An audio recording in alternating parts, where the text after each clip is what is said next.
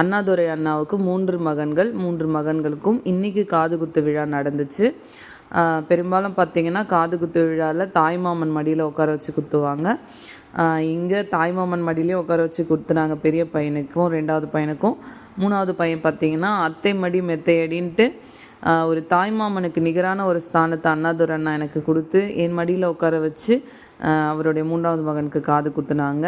ரொம்ப சந்தோஷமாக இருந்தது. நான் ஒரு ஆண் பிள்ளையாக பிறந்திருந்தா கூட இந்த மாதிரி ஒரு குடுப்பனை கிடச்சிருக்குமான்னு தெரியல. அந்த அளவுக்கு ஒரு மகிழ்ச்சியான தருணமாக இருந்தது. எங்களுடைய சிவாமு கலை குடும்பத்தில் இருக்கக்கூடிய எங்களுடைய கலை குடும்பத்தில் சேர்ந்த எல்லா கலைஞர்களுமே வந்திருந்தாங்க, கலை ரசிகர்களும் வந்திருந்தாங்க.